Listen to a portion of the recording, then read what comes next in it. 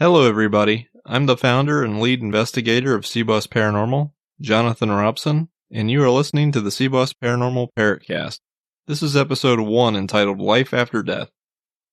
On today's episode I'll be discussing how I became involved in the paranormal field, the types of hauntings, and what our team considers as paranormal evidence. I'm not gonna lie, creating this podcast has been quite the learning experience, but I think it'll help you guys have a better understanding of what our team is actually about. I'm looking forward to sharing our past experiences and beliefs with all of you. This podcast, like other podcasts, will evolve with each episode. It'll certainly take a little time to figure out our format and to work out some of the bugs as we go. I do think it's important to remember that even the most successful podcast had some issues at the beginning that were eventually ironed out with time. In our case, we've decided to start our first few episodes of the Paracast with one host. However, if everything goes as planned, my co-host Michael Hale will be joining us in a few episodes. This will give us a little extra time to work out some of the production issues, and also still get content out to all of you in the meantime. I would also expect the length of our episodes to get longer as we get more familiar with this process. I must admit, I have been blown away by the amount of downloads that have come across our dashboard for the show's trailer. Our podcast feed is currently being accessed all across the globe, and I can't thank you guys enough for the interest and support. That being said, our team has been in the paranormal field for over 10 years now. I think we have plenty of content to bring to the table and discuss. If you haven't already, please remember to subscribe to the C-Bus Paranormal Paracast on your favorite podcasting platforms.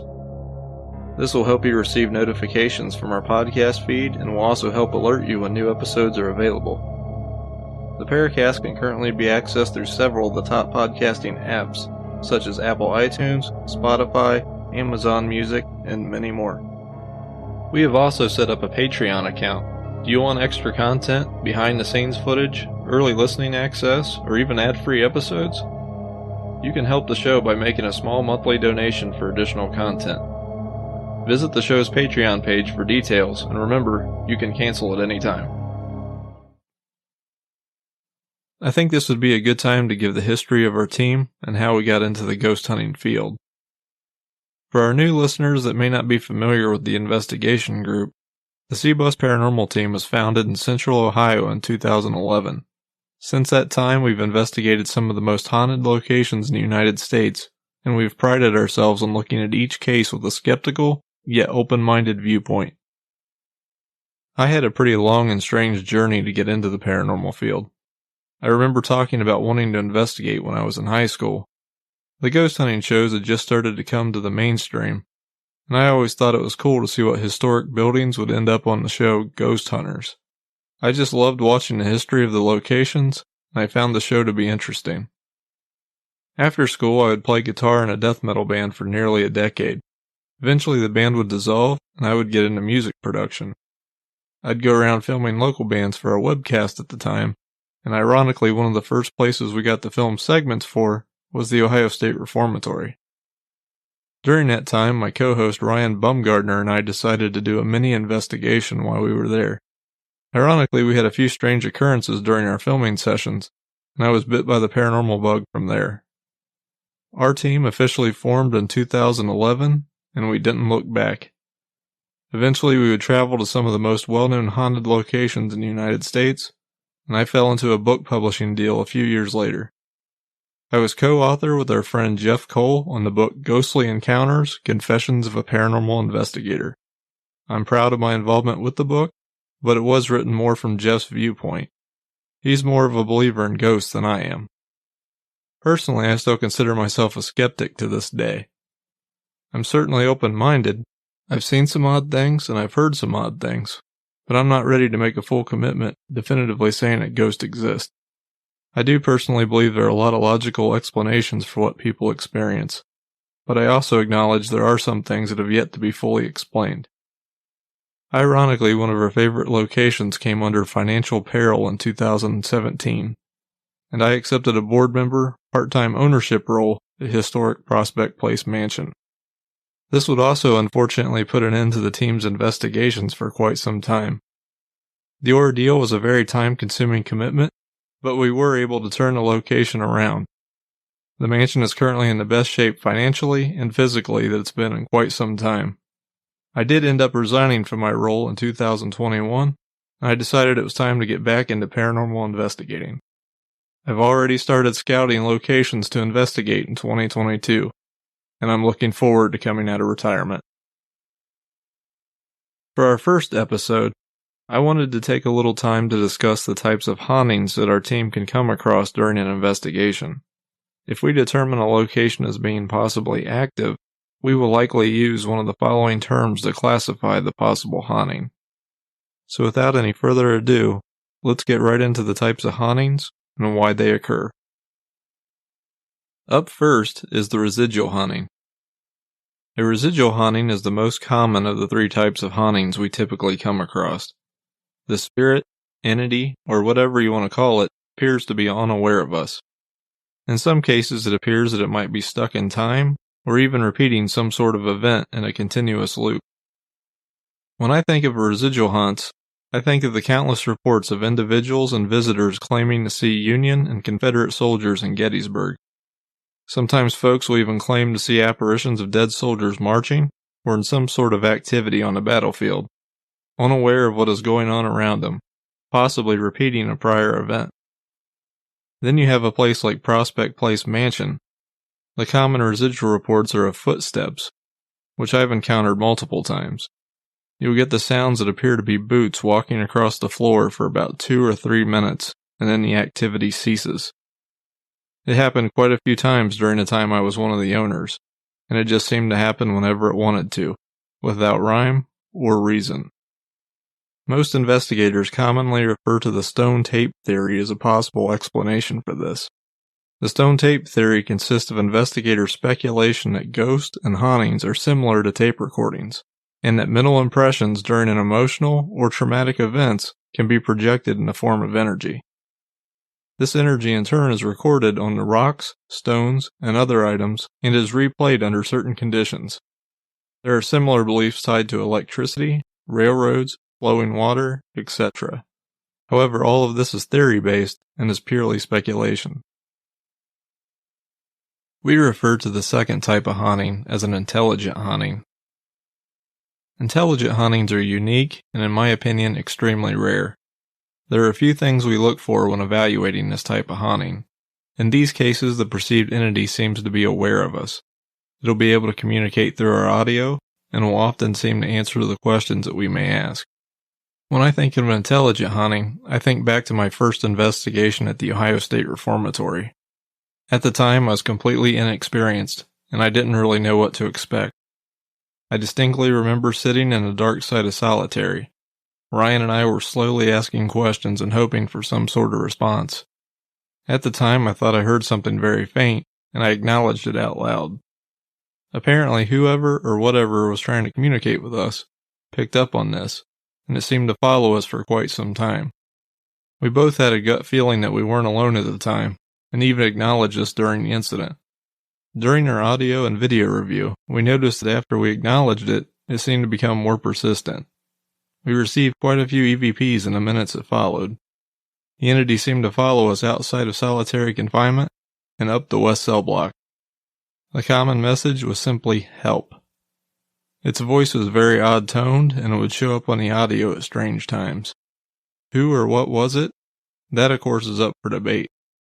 However, we know there was a guard that was murdered in solitary at one point, and whatever it was aware of us and wanted our attention. I also look at cases like the Villisca Axe murder house, with the same type of parameters. I went into that investigation trying to stir up some sort of activity. It was a surreal and sad investigation where we had to come to the terms with the fact that we were literally investigating an unsolved crime scene, where a family was destroyed in one of the worst ways possible. My attempt to get a response involved reading the confession of Reverend Kelly, who was one of the main suspects of the murders. After not getting anything for several minutes, we left the house and went to the outside break area. The recorders were still rolling, and a child's voice came across in an extremely somber tone and stated either he or they killed us all. And I remember sitting down and doing the investigation review for this investigation, coming across it, and I literally stopped everything I was doing. I saved the file and shut everything else down, and I didn't touch it for over a week. That one hit me really hard, and I feel it was a direct response to the confession I had just read. Even as someone that considers themselves a skeptic, that was a very powerful audio response for me. And that leads us to the third type of haunting, what some people call non-human, malevolent, or even demonic. I personally don't refer to this type of haunting as demonic. I honestly think a lot of these types of cases seem to be based on superstitions and fear. If ghosts do exist, I believe they'd be tied to similar personality traits that they had in life. That being said, we all have different personality characteristics, good, bad, and otherwise. There's a certain entertainment value or spook factor that's tied to this field, and I think stories and events can greatly be influenced by an individual's personal beliefs, religion, or overall opinions. Most of the shows on TV these days rely on the scare factor, and I think that demonic hauntings are now somewhat ingrained in the human psyche as being a normal event. If you're a fan of the popular television show on the Travel Channel, bro, you would think that every investigation involves this type of haunting, which any experienced investigator knows that isn't the case. I'm not sure if the host is the unluckiest person in the world, or if he has some severe mental health issues that need to be addressed. That being said, we have encountered claims of investigators being scratched, pushed, or possibly affected by some unknown force. I personally don't consider these incidents as evidence, but I will make sure to take note of the event and document them as personal experiences. Are these events paranormal in nature? Possibly. But there are a lot of factors that may account for these incidents. Our team's job has always been to document possible phenomenon. We've never taken the stance that we can get rid of something that we can't even prove exists. I know some other teams claim to be able to do this, however I've not seen any proof that this is even remotely possible. Unfortunately, the paranormal field hasn't evolved very much over the years, and teams seem to rely on the same passed down techniques, stories, and theories from generations that are long gone. To this day, I've never encountered something that I would personally consider demonic.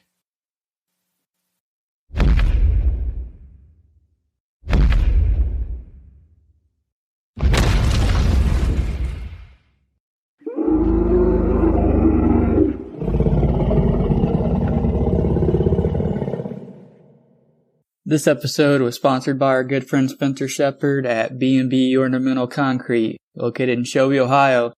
They have some awesome pieces for your yard or garden, such as gargoyles, Sasquatches, bird baths, gnomes, even dinosaurs.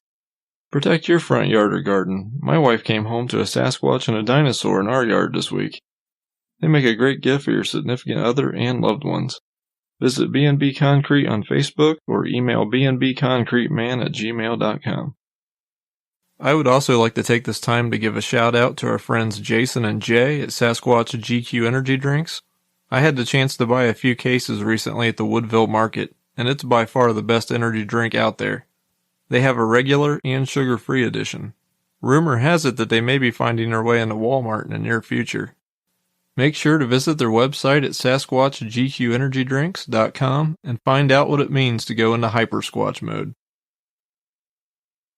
Now that we've finished discussing the various types of hauntings, I think it would be a good time to discuss what our team actually considers as paranormal evidence. Honestly, I'd like to think that our team has a fairly high bar for what we consider as evidence. We have pretty much stuck to straight audio and video over the years. We don't consider lens flares, dust orbs, EMF contact sessions, or photos of pareidolia as evidence. I see other teams posting evidence nearly every day on our social media feeds. If you have to put a red circle around something to show people what you're seeing, just let it go. Personally, I've always been an audio-video type of guy. I think that video is extremely important to document your experiences. I really don't even use still photography anymore, other than for promotion. Taking a photo is the equivalent of taking a sentence out of a novel. It doesn't give you a full idea or context of what is actually happening. It only provides a fraction of the overall experience. I want to see what happened before the said incident, during, and after it, to come to a full conclusion and make a determination for myself. I know some investigators won't always agree with our viewpoints, but I do think that they need to be more critical with their evidence review sessions. To be a credible investigator, you need to be looking for reasonable explanations to your possible evidence. Keeping that in mind, a lot of paranormal equipment being used in the community at the moment is suspect at best. While some of the evidence collecting gadgets are presented as being credible, in reality it couldn't be any further from the truth. Don't just blindly believe what you've seen or been sold from popular TV shows. Test your devices out in the field and determine their strengths and flaws. Unfortunately, most of these gadgets won't give you the results you're looking for. I will be breaking down several of these popular ghost hunting devices on our next episode.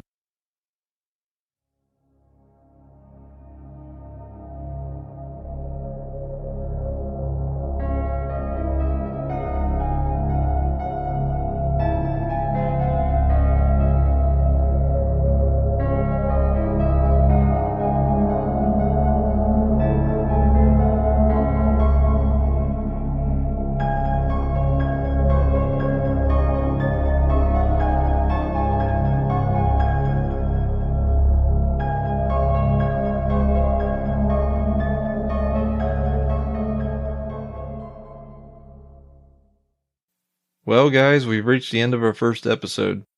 I hope you guys are looking forward to future episodes and content.